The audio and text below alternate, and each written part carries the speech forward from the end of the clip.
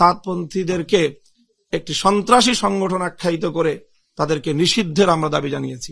আবারও খুবই খুবই ক্ষোভের সাথে দুঃখের সাথে বলবো যে আপনারা বারবার একই কথা বলছেন। মারামারি হলো কোথায়? রাতের অন্ধকারে ডাকাত দল এসে বাড়িতে হামলা চালিয়ে আপনার মানুষকে আহত করলো।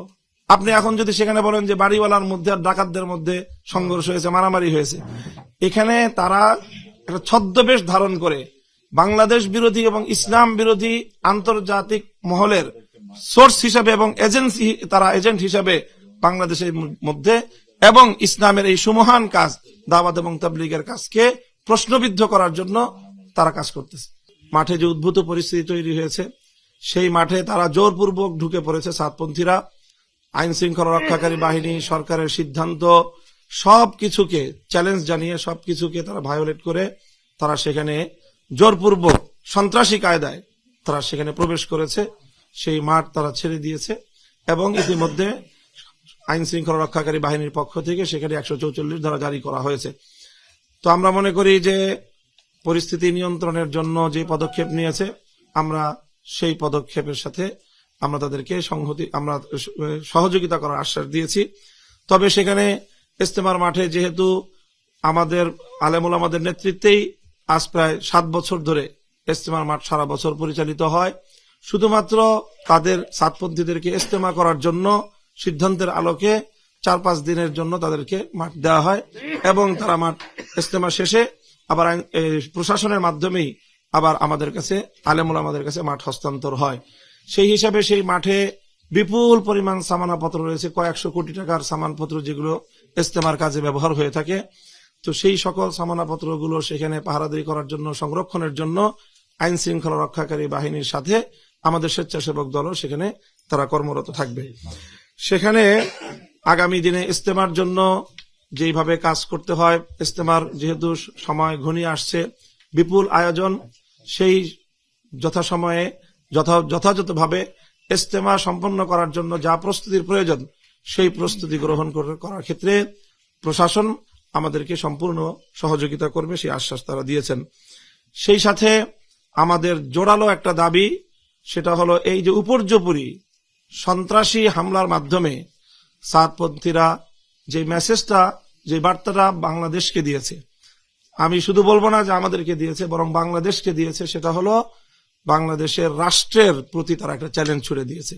গত 2 দিন যাবৎ রাষ্ট্রের সকল গুরুত্বপূর্ণ দায়িত্বশীলদের, রাষ্ট্রের প্রতিটি এজেন্সি, সংস্থা এবং প্রশাসনের সর্বোচ্চ পর্যায়ের কর্মকর্তাদের সঙ্গে মিটিং, আলাপ আলোচনা হচ্ছিল যে একটা আলোচনার মাধ্যমে মীমাংসা হবে।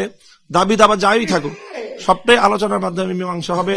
এবং আজকে সকাল 11টা এবং 12টায় পূর্ব নির্ধারিত বৈঠকের ঘোষণা ছিল, স্বরাষ্ট্র উপদেষ্টা মহোদয়ের পক্ষ থেকে বৈঠকের আয়োজনও ছিল এবং সেই আয়োজনেই চূড়ান্ত হওয়ার কথা বৈঠকের মধ্যে।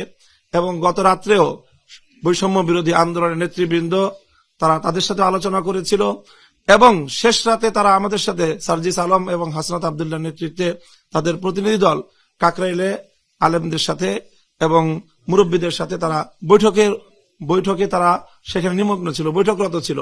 ইন দ্য মিন টাইম সেখানে হামলাটা হয় এবং তখন হাসনাত আব্দুল্লাহ এবং সার্জিস আলম তারা ফোনে সাদপন্থীদের শীর্ষ নেতৃবৃন্দকে রিকোয়েস্ট করে যে আপনারা কোনোভাবেই এখানে কোনো পারমিশন ছাড়া, সরকারের অনুমতি ছাড়া কোনো ব্যক্তি যেন সেখানে প্রবেশ না করে ইজতেমার মাঠে। কিন্তু তাদের সবাইকে উপেক্ষা করে, সকল সিদ্ধান্তকে উপেক্ষা করে তারা এভাবে সন্ত্রাসী কায়দায় সেখানে প্রবেশ করে এরকম ঘুমন্ত মানুষদেরকে এভাবে হতাহত করে তারা বাংলাদেশের ব্যাপারে সারা পৃথিবীর সামনে যে মেসেজটা দিতে চাচ্ছে আজকে বাংলাদেশ বিরোধী শক্তি, আমাদের কাছে এটা স্পষ্ট যে তারা সেই শক্তির দোসর হিসেবে এখন ভূমিকা পালন করছে। কাজেই এই অপশক্তিকে প্রতিহত করা আমরা মনে করি যে শুধুমাত্র আলেম ওলামাদের কাজ নয়, এটি বাংলাদেশের রাষ্ট্র এবং প্রশাসনেরও কাজ।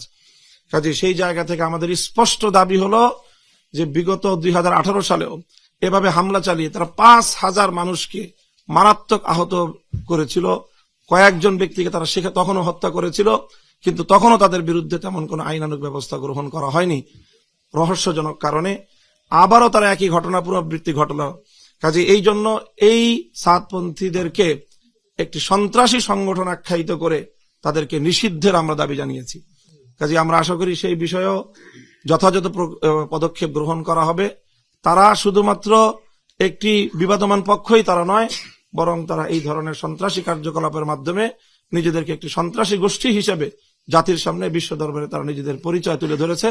কাজে সেই বিষয়ে যথাযথ পদক্ষেপ নেওয়া হবে, এটা আমরা আশা করছি। আমরা ইতিমধ্যে আমাদের এই উদ্ভূত পরিস্থিতিতে সারা বাংলাদেশ অগ্নিগর্ভ হয়ে আছে। প্রতিটি জেলায় জেলায়, প্রতিটি থানায় থানায় সকল ছাত্ররা তারা উত্তেজনার চরম পর্যায়ে রয়েছে। তাদের চারজন ভাই শহীদ হয়েছে, এখনো বেশ কয়েকজন নিখোঁজ রয়েছে, আর আহতের সংখ্যা তো অগণিত। এই পরিস্থিতিতে অগ্নিগর্ভ এই বাংলাদেশকে এবং সকল আমাদের অনুসারী যারা রয়েছে ধর্মপ্রাণ মুসলমানদেরকে, ছাত্র জনতাকে শান্ত করার জন্য আমরা কর্মসূচি ঘোষণা করেছিলাম যে আগামীকাল দুপুরে টঙ্গী ইজতেমা ময়দান অভিমুখে দেশব্যাপী সারা দেশ থেকে লং মার্চ হবে।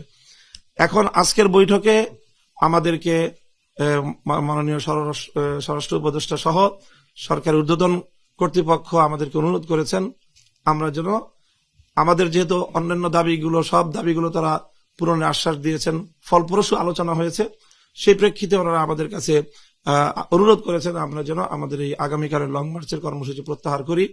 তো আমরা এখান থেকে এখনই এটা চূড়ান্ত ঘোষণা দিতে পারছি না, যেহেতু আমাদের কাকরাইল মসজিদে ওলামা সম্মেলন অনুষ্ঠিত হচ্ছে, তারা আমাদের জন্য অপেক্ষমান। আমরা বৈঠকের ফলাফল নিয়ে সেখানে গিয়ে তাদের সাথে আলোচনা করব এবং আলোচনা করে আমরা আগামীকালকে কর্মসূচির ব্যাপারে চূড়ান্ত ঘোষণা আমরা দিব।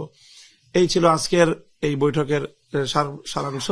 তো আমরা আশা করি যে আমরা যেভাবে শান্তিপূর্ণভাবে দেশের শান্তি শৃঙ্খলা এবং সার্বিক দেশ বিরোধী সকল ষড়যন্ত্রের মোকাবেলায় ঐক্যবদ্ধভাবে আমরা কাজ করে যাচ্ছি, আমরা বর্তমান অন্তর্বর্তীকালীন সরকারকে এবং আগস্ট বিপ্লবের পরবর্তী বাংলাদেশকে আমরা যে কোনো মূল্যে এতে যে কোনো ধরনের বিশৃঙ্খলা সৃষ্টির অপতৎপরতার বিরুদ্ধে সরকারের সাথে আমরা কাঁধে কাঁধ মিলিয়ে কাজ করে যাব এবং বাংলাদেশের বিরুদ্ধে যে কোনো ষড়যন্ত্র মোকাবেলায় আমরা বদ্ধপরিকর।